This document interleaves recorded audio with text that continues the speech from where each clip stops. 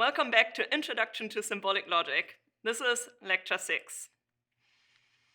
Today, we are going to talk about proofs. Specifically, we are going to get to know a natural deduction proof system. And we are going to proceed in the following order. First, we are going to talk about what, in general, natural deduction is. We are going to see that sameness of form of different kinds of sentences plays an important role in natural deduction, so we are going to talk about that explicitly. And then we are going to learn about a variety of different inference rules that play a role in formal proofs.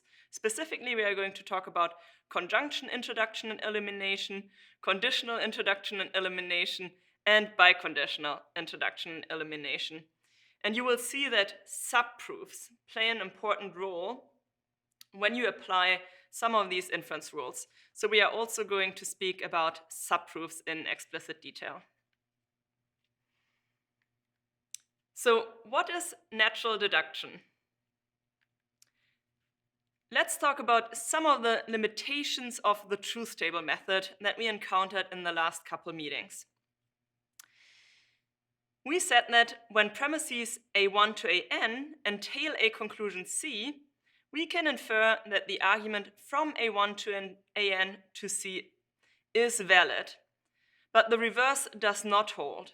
There are valid arguments whose premises do not entail the conclusion. That was the first important limitation of the truth table method. And then we also saw that it is often impractical to construct truth tables for complex arguments involving many atomic sentences.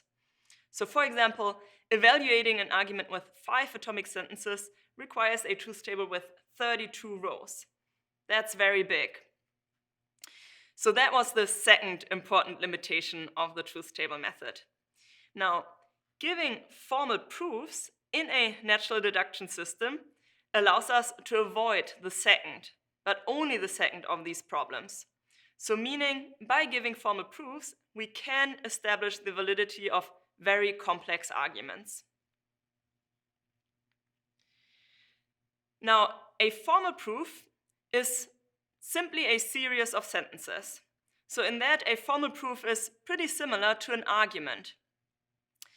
Some of these sentences are premises of the proof, and the last sentence is the conclusion. Now, any sentence in a formal proof that is not a premise is inferred from the premises using explicitly stated rules of inference. And that's where a formal proof is different from an argument. In a formal proof, we justify every single step that we take from the premises to the conclusion, and that's not always the case when people give arguments. There are many different kinds of proof systems that allow for different rules of inference. In this course, we will study a so-called natural deduction proof system. Rules in a natural deduction proof system are intended to closely match the kind of reasoning often employed by people in real life. So it is called a natural deduction proof system because it is intended to model natural reasoning by real-life people in real life. So the specific natural deduction proof system that we are going to use here is called a Fitch-Style natural deduction system. And proofs in this system have a very specific form.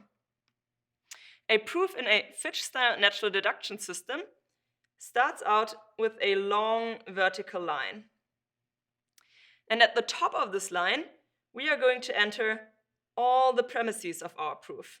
So here, let's just suppose we have 3 premises, A, B, and C. And we are paying attention to enter only one sentence in each line. And here I'm going to number the lines 1 to 3, just to remind myself and make sure that I'm using 1 line per sentence and 1 sentence per line. And then we draw a horizontal line under the premises. This horizontal line is called the Fitch bar.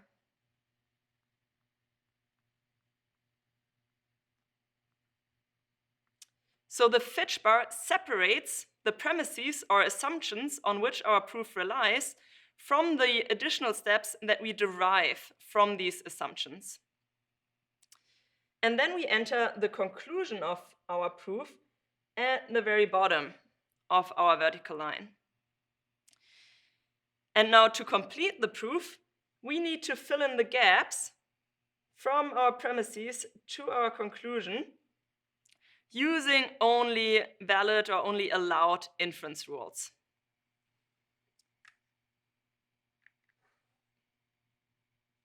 So, for example, one of the rules that we are going to use is the rule called iteration. Iteration is a very simple inference rule. What it tells you is that if at some step in your proof, say step M, you have a sentence A,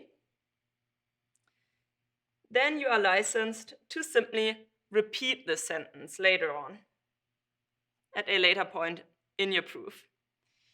And you can justify this inference by citing the rule reiteration and the line to which you have applied it, in this case, line M. So this is one example of a formal inference rule that you can use to justify a step in a formal proof.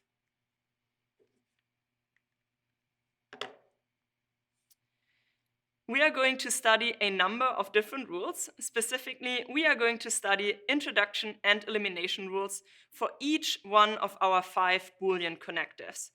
So that means we will study conjunction, introduction and elimination, conditional introduction and elimination, biconditional introduction and elimination, disjunction introduction and elimination, and negation introduction and elimination. Now, in all of these cases, the introduction rule for a connective C allows you to infer a sentence whose main connective is C. So, for example, conjunction introduction allows you to infer a conjunction.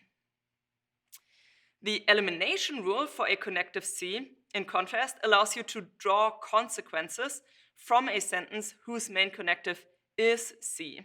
So, for example, conjunction elimination allows you to infer consequences from a conjunction.